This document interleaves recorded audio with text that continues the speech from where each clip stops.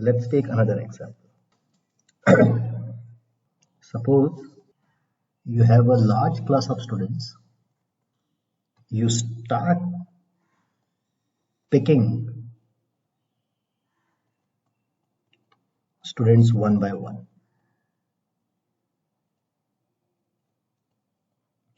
You stop once the birthday of last person matches with someone previously. Okay, so let me just tell you the experiment once again. You start picking people one by one. You keep asking their birthdays. As soon as a person comes whose birthday repeats, that means there is a person before whose birthday matches with the correct person, we stop. Okay, so what are we interested in? What number of people we would have got. Okay, for this class, you'll assume that we have a lot of students and they keep coming one by one, so that's not a bottleneck to make this thing simple. Okay, so you might have realized again here the random variable is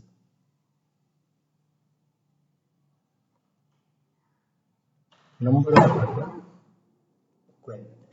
What is the probability that x is equal to k? Okay, so when the first person comes, that person, he or she will have a birthday. It cannot match with anyone. The second person's birthday did not match, so it should happen with probability 364 by 365. Then when the second person comes, his or her birthday does not match with the first two. That happens with probability 363 by 365. You keep going on and you stop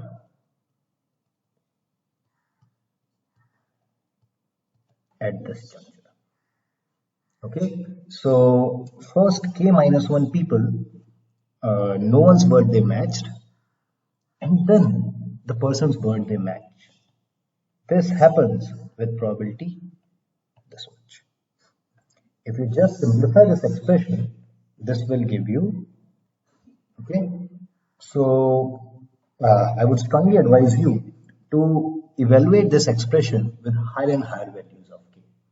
So in some sense, when this probability becomes close to half, you might want to say that after these many people, there is a high probability that the birthday will have matched by now.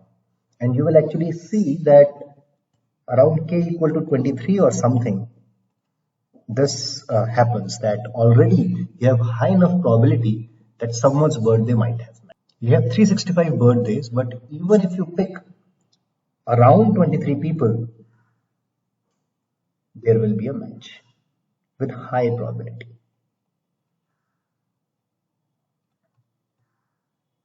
Okay, so this is also known as birthday paradox.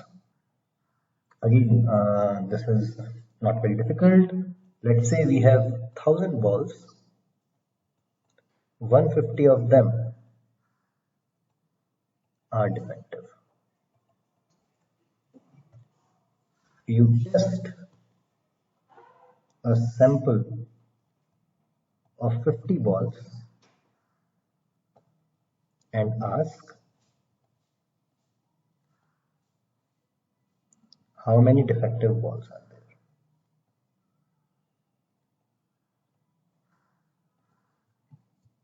Again, I will not specify it, but you should make sure that you know what's the sample space and what will be the probability distribution function. But the random variable which we are interested in, number of defective balls. And we kind of know that this random variable will actually range from 0 to 50. It will be an integer. And now if you want to calculate the probability that there are k defective balls, we will assume that k is between 0 and 50, it's an integer, then this probability is simply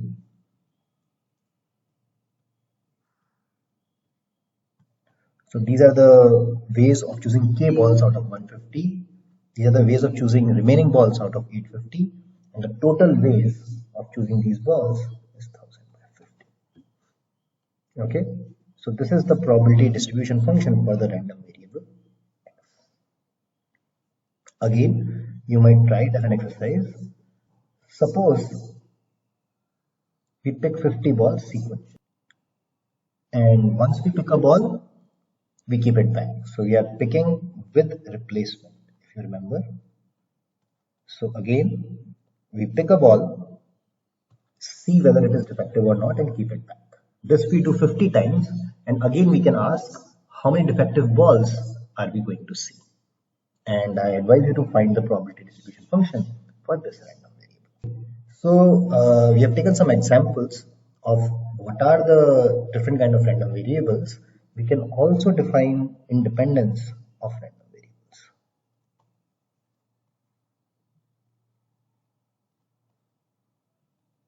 We will not use it now, but it is important to kind of remember the definition. It is very, very simple to the normal independence criteria. Two random variables, x and y, are independent if the corresponding events, if you remember, these are independent. But this should happen for all x and y in the range of capital X and capital Y. Okay, so for an exercise, suppose I have a random variable x, where you are throwing a dice, and if you have an even number, it gives 1, odd number, then it gives -1. Y is there, which on seeing a prime on a dice, it gives 1. On a non-prime, it gives -1. And you can check whether x and y are independent. We move on to the next topic called exponential.